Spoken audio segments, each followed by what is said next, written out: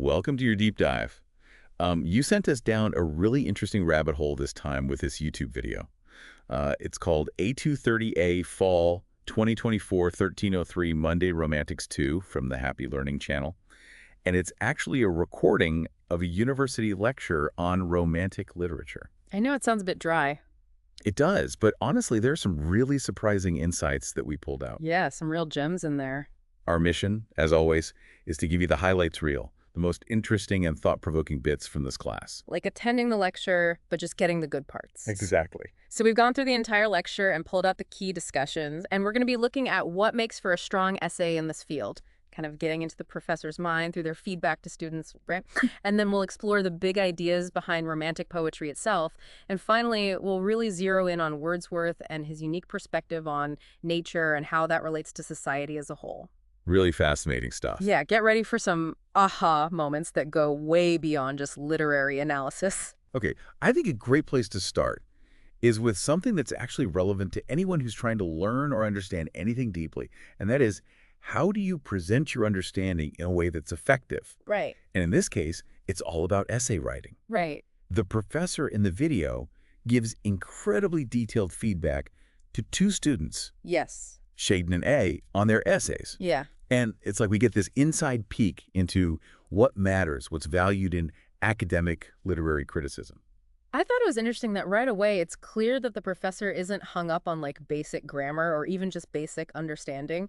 Like in the case of Shaden, who received a lower mark, it was really about the depth and the specificity of the analysis that was missing. Okay. She made these broad statements, like saying a character was disagreeable, but there weren't any examples from the play itself to back that up. It's one thing to kind of have a feeling about a character, but in this context, you need to show your work, right? Yeah. You have to point to the specific lines, the actions, and explain why those things lead to your interpretation. Yeah, exactly. The professor also pointed out that Shaden's short answers, especially on the play The Duchess of Malfi and this idea of the dumb show, Right.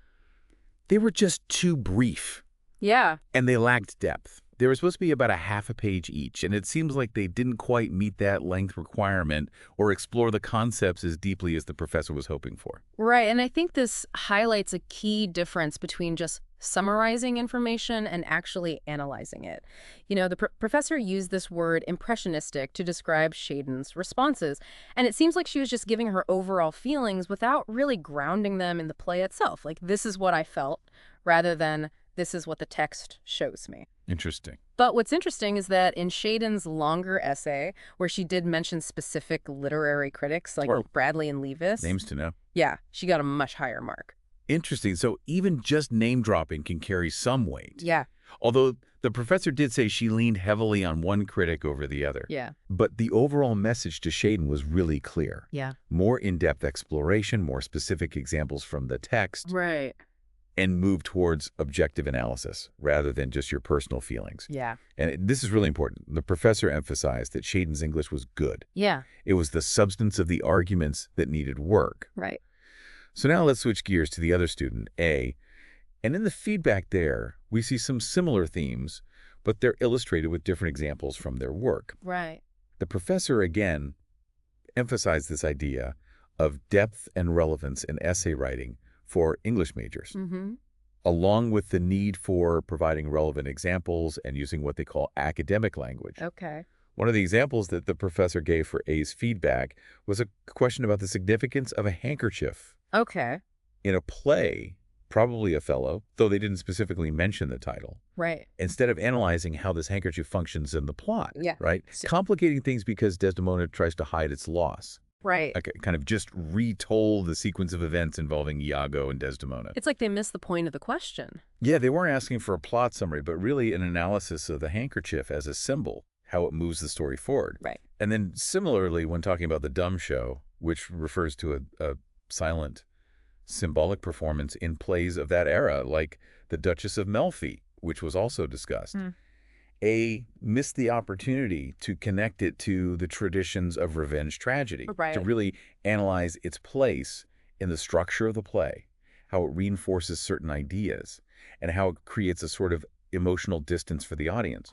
It feels like the professor is gently pushing both Shaden and A to really deeply engage with their notes and the readings, Yeah. to move beyond just a surface understanding or just their initial reactions, which the professor explicitly said is fine, is a starting point, but not the full analysis. Right. And it makes you think, how often in our own lives do we stop at an initial impression or assumption? Yeah. Not just in academics, but in life, instead of really pushing ourselves for evidence and deeper analysis. Yeah, it's like a reminder to not just skim the surface, but really dig deep and understand the why behind things. Absolutely. It's a great takeaway for anyone. Okay, so let's shift gears now from the specifics of essay grading to the artists themselves. Okay. The professor really tries to define romantic poets in a class discussion. What were the key characteristics that the students and the professor highlighted? Well, William Wordsworth and William Blake come up immediately. Okay. They put them kind of historically in the late 18th, early 19th century. And a primary association that the students make is with nature. Romantic poetry is very often linked to this idea of finding inspiration in the natural world. Yeah, that's kind of ingrained in our idea of romantic poetry, isn't it? Totally. Nature as a source of inspiration. Yeah, and a student also added that Romanticism is about expressing inner feelings, the individual writer's perspective. So it's almost like this shift in focus from broader societal concerns to an individual's experience of the world. Okay. Which makes sense historically. I mean, and any new movement is going to push back against what came before. Right. The professor then asked the students, how would you evaluate this kind of poetry? Okay. And Aljara, a student, suggests that at the time, it would have been considered maybe too liberal. Unconventional. Yeah, unconventional for sure. And another student, Naga, has a more immediately positive reaction, describing it as emotional and wonderful. Okay. But then Shaden offers a more critical take. She finds it sometimes too romantic, almost to the point of being unrealistic and, not acknowledging the tougher parts of life. So there's potential for romanticism to be almost too sentimental, Exactly. too detached from the real world. Yeah, and the professor countered that, saying, look, they did focus on nature and inner emotions, but this included a range of feelings, both positive and negative. Okay. I Wandered Lonely as a Cloud by Wordsworth was given as an example of expressing joy and a deep connection to nature. Right, so it wasn't just all roses and sunshine. No, definitely not. It was a full spectrum. Exactly. And then another student, Yaga, brought up this really interesting point about simplicity. Okay. Yaga argued that the simple language and themes of romantic poetry actually made it more accessible to more people than older, more complex poetry. Right, because that requires a lot of analysis and background to even understand what's going on. Exactly.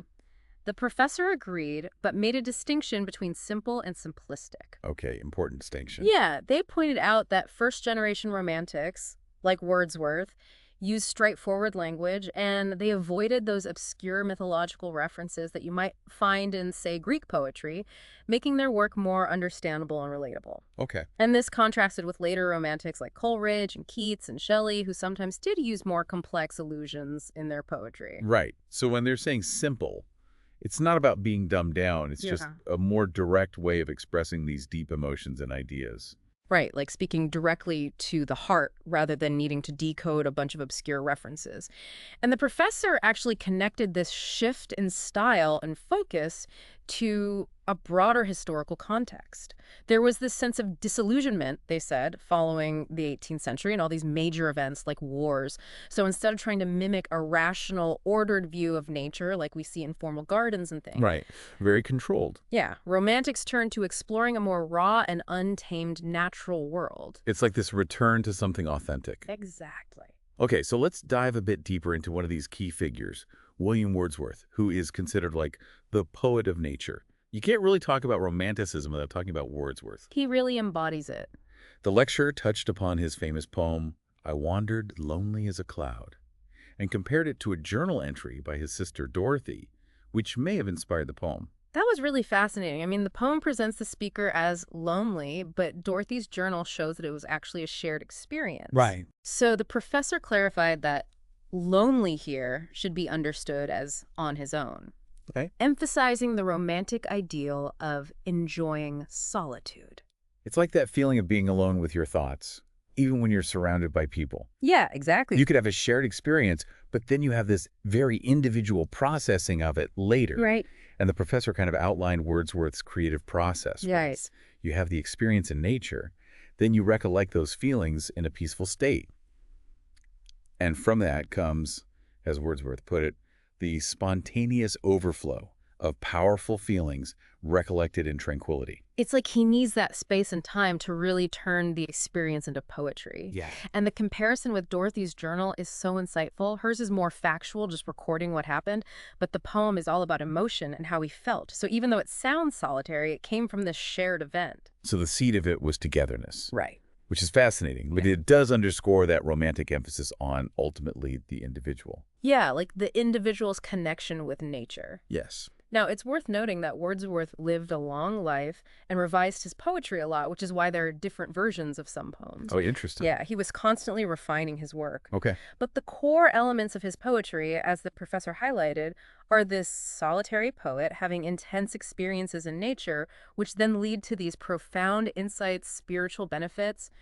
Nature is like a source of healing in his work. Very powerful. And another key point is that his poetry also seems to be saying something about the value of remembering and connecting with nature, especially as the world was becoming more urban and industrialized. Yeah. So nature is this grounding force against all that change and chaos. This timeless anchor. Exactly. And this is where I think the lecture gets really interesting.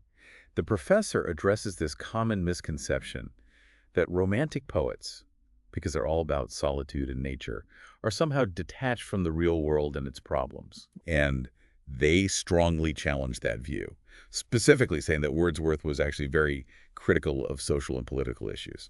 Yeah, Wordsworth actually defended himself against these accusations of being aloof, saying that he was very aware of and concerned about the problems of his time, including the Industrial Revolution and its impact. Okay. And to illustrate this, they brought up Wordsworth's sonnet, "The world is too much with us." Okay, and how did the students react to that? They picked up on those themes right away, the idea of being too preoccupied with material possessions and losing that connection with nature. One student even brought up the saying, "You cannot eat money," which really captures the poem's message. Right, it's so relevant even today. Exactly. We're still grappling with that same tension. Totally. And there's that line about wishing he were a pagan. Yeah. And they talked about that not as a literal rejection of Christianity, but more like this expression of dismay at being disconnected from nature. Right, like he admired a worldview that was more in tune with nature. And the professor used this poem really effectively to show that Wordsworth wasn't living in an ivory tower. Right. He was engaged with the issues of his time. He was grounded. Yes, very much so. The professor also briefly mentioned another poem, Point Rash Judgment, Okay. hinting at a comparison with I Wandered Lonely as a Cloud later on. Ooh, I like where this is going. Right. Like, maybe there's this tension between personal experience and social commentary. Yes. I love how they leave us hanging there. Intriguing. So we've just gone on a deep dive into a university lecture on Romanticism, from essay expectations to the core ideas of the movement, and especially focusing on Wordsworth. It's amazing how much is packed into one lecture. I know. Think back to that professor's feedback. Yeah. How often do we rely on generalities instead of specific details? Right. It's a good reminder to always go deeper. And what about that romantic idea of connecting with nature? Yeah, does it resonate with you? Are we, as Wordsworth argued, too caught up in material things? Big questions. And that planned comparison between Point Rash Judgment and I Wandered Lonely as a Cloud, that really suggests a fascinating duality in Wordsworth's work. Yeah, the personal and the social intertwined. Maybe your next deep dive could be into those two poems. That's a great idea. What other surprising connections might you find between what the Romantics were concerned about and the world we live in today?